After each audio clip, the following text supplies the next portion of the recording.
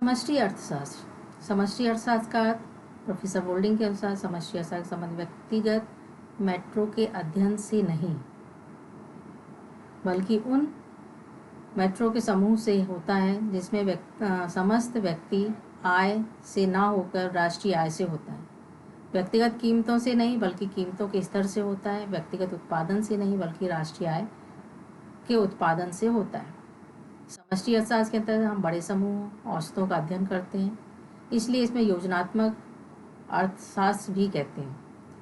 योजनात्मक या योगात्मक इसलिए भी कहा जाता है क्योंकि हम पूरे ही समस्त अर्थव्यवस्था, राष्ट्रीय आय, कुल रोजगार का अध्ययन इसके अंतर्गत करते हैं, इसलिए आय व रोजगार का सिद्धांत भी इसे कहा जाता है। साथ ही साथ राष्ट्रीय आय विश्लेषण भी इसे कहते हैं।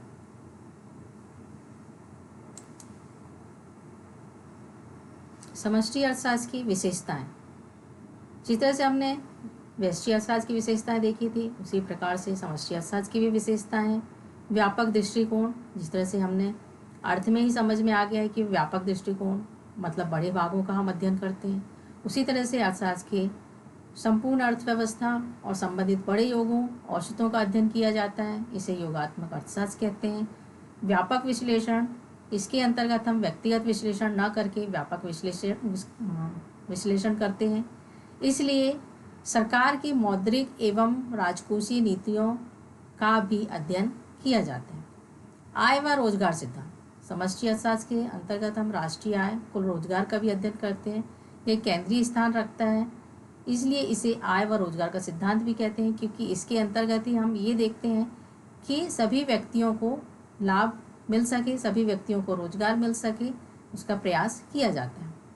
परस्पर निर्भरता। समष्टि अर्थशास्त्र के समूहों और औसतों का अध्ययन होने के कारण यह एक दूसरे से इतने संबंध होते हैं कि एक समूह या औसत में परिवर्तन का प्रभाव दूसरे समूह व औसत पर भी पड़ता है। जिस तरह से एक समूह में यदि कोई कार्य किया जा रहा है तो वह पूरे समूह पर भी उसका प्रभाव निश्चित ही पड़ता है।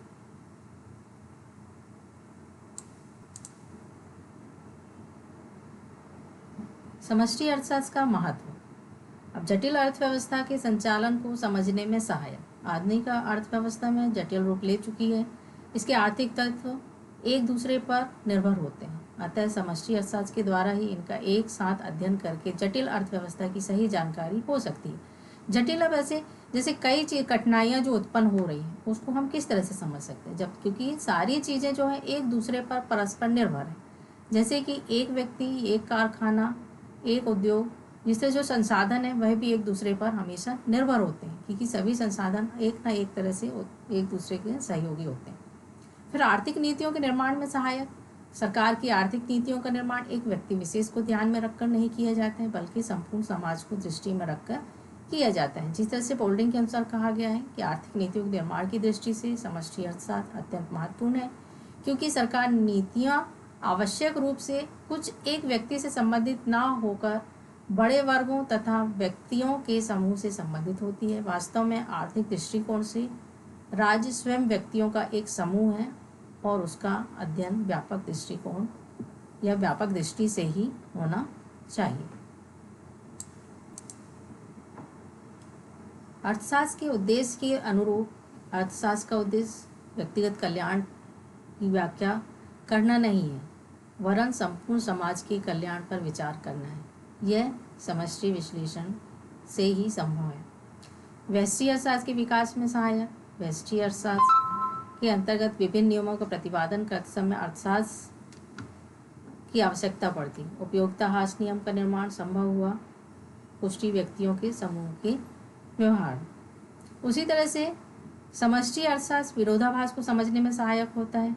विरोधाभास इसलिए कि यदि हम व्यक्तिगत इकाई के लिए सही नहीं है, वह जरूरी नहीं कि संपूर्ण समाज पर भी ठीक नहीं उतरते, लेकिन कई बार ऐसा होता है कि संपूर्ण समाज के लिए जो सही है वह व्यक्तिगत इकाई के लिए सही नहीं होता है। इसलिए कहा गया है कि अर्थशास्त्र विरोधाभास को समझने में है सहायक होता है। समष्टि अर्थशास्त्र की सीमाएं। व्यक्तिगत इकाइयों के योग के आधार पर समष्टि अर्थशास्त्र के लिए निष्कर्ष निकालने में खतरा। यह आवश्यक नहीं होता कि व्यक्ति इकाइयों के संबंध में जो बात सत्य हो वही संपूर्ण समाज के लिए सत्य हो। उदाहरण के लिए यदि एक व्यक्ति बैंक से अपनी जमा निकालता है तो कोई खतरा नहीं है, परंतु यदि सभी खातेदार एक साथ बैंक से अपनी जमाएं निकालने लग जाएंगे तो बैंकिंग व्यवसाय भी ठप हो जाएगा। जिस तरह से कि सारे खातेदार निकालेंगे तो बैंक ही खाली हो जाएगा, बैंक का काम ही वहाँ क्या है वह समझ में ही नहीं आएगा। फिर समूह की बनावट पर ध्यान ना देना, यह नीतियाँ जो समूह की बनावट पर ध्यान नहीं देती हैं वह कभी कभी भ्रामक परिणाम भी दे सकती हैं। जैसे समूह के आधार पर कोई भविष्यवाणी करना, नीति बनाना उचित नहीं होता है, क्योंकि जब तक समूह की बनावट या स्वभाव की पूर्ण जानकारी ना हो। यदि हमने उदाहरण दे दिया कि अभी आने वाले समय में सूती वस्त्र का उत्पादन बहुत अधिक हो जाएगा, लेकिन पता चला कि कच्चा माल ही हमें प्राप्त नहीं हुआ है, तो हम सूती वस्त्र का उत्पादन कैसे करेंगे? यह एक भ्रामक स्थिति उत्पन्न हो सकती है। विजातीय समूहों की समस्या समष्टि विश्लेषण में यह आवश्यक नहीं है कि जिस समूह का अध्ययन किया जा रहा है वह सजातीय इकाइयों का ही बना हो। यदि समूह की रचना ऐसी इकाइयों के आधार पर हुई है जिसकी पारस्परिक संबंध ही नहीं है, तो ऐसे समूहों से निकाले गए निष्कर्ष सही नहीं होते हैं। एक समूह अर्थव्यवस्था विभिन्न क्षेत्रों को असमान रूप से प्रभावित करता है। उदाहरण, राष्ट्रीय आय में वृद्धि होने के फलस्वरूप कुछ लोगों की आय बहुत बढ़ जाती है। इतना ही नहीं, आय वितरण असमान होने की स्थिति में संभव है कि राष्ट्रीय आय में वृद्धि के बावजूद भी व्यक्ति और अधिक गरीब हो जाए। मतलब गरीब व्यक्ति गरीब हो जाता है, अमीर व्यक्ति अमीर हो जाता है और मध्यम वर्ग को कोई फायदा है, वो जिस स्थिति में है वह उसी स्थिति में रह जाता है।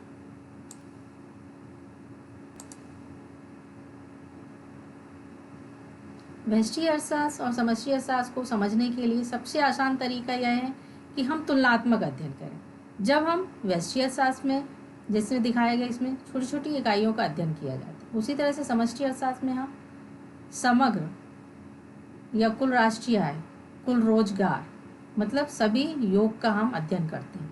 व्यष्टि अर्थशास्त्र पूरे समग्र के एक अंश का अध्ययन करते हैं, मतलब छोटे से हिस्से का अध्ययन करते हैं, लेकिन समष्टि के अंतर्गत हम व्यापक समग्र का अध्ययन करते हैं। व्यष्टि अर्थशास्त्र के अंतर्गत मुख्य विषय कीमत का सिद्धांत है, जबकि समष्टि अर्थशास्त्र राष्ट्रीय आय और रोजगार का सिद्धांत है। व्यष्टि अर्थशास्त्र में योग को टुकड़े में हम अध्ययन करते हैं, उसी प्रकार से समष्टि अर्थशास्त्र में हम योग की क्रिया द्वारा अध्ययन करते हैं। व्यष्टि अर्थशास्त्र में कीमत निर्धारण हेतु अन्य बातें समान रहती है, उसी प्रकार से समष्टि अर्थशास्त्र मुख्य रूप से सामान्य संतुलन के आधार पर उत्पादन में विभिन्न स्तरों में निर्धारण अध्ययन करता है। बाजारों में परस्पर निर्भरता बल देती है। उसी प्रकार से हम रोजगार के उत्पादन, आय वितरण और अर्थव्यवस्था विभिन्न क्षेत्रों में बीच परिवर्तनशील माना जाता है, तो रोजगार उत्पादन आय वितरण स्थिर मानते हैं। फिर नेक्स्ट है, इसमें सामान्य कीमत को स्थिर मानते हुए वस्तुओं को सापेक्षिक मूल्यों में परिवर्तनशील माना जाता है। यहाँ पर सापेक्ष मूल्यों को स्थिर मानते हुए सामान्य मूल्य स्तर को परिवर्तनशील माना जाता है। यह व्यक्तिगत संबंध इकाइयों की नीतियों को निर्माण करता है और यह जो है राष्ट्रीय आय एवं संपूर्ण समाज की नीतियों का निर्माण करता है। आज हमने व्यष्टि अर्थशास्त्र एवं समष्टि अर्थशास्त्र के बारे में पढ़ा है और साथ ही अंतर पढ़ा है। तो सबसे पहले पहला प्रश्न ये है, व्यष्टि अर्थशास्त्र का अर्थ बताइए, उसकी महत्व एवं सीमाएं बताइए। दूसरा है, समष्टि अर्थशास्त्र किसे कहते हैं और उसकी सीमाएं बताइए। तीसरा है, समष्टि एवं व्यष्टि अर्थशास्त्र में अंतर बताइए। बच्चों, आप सबको जो मैंने प्रश्न दिया है उसको अपनी कॉपी में नोट करनी है, उसको रेगुलर पढ़ना भी है और साथ ही साथ उसको लिखना भी है।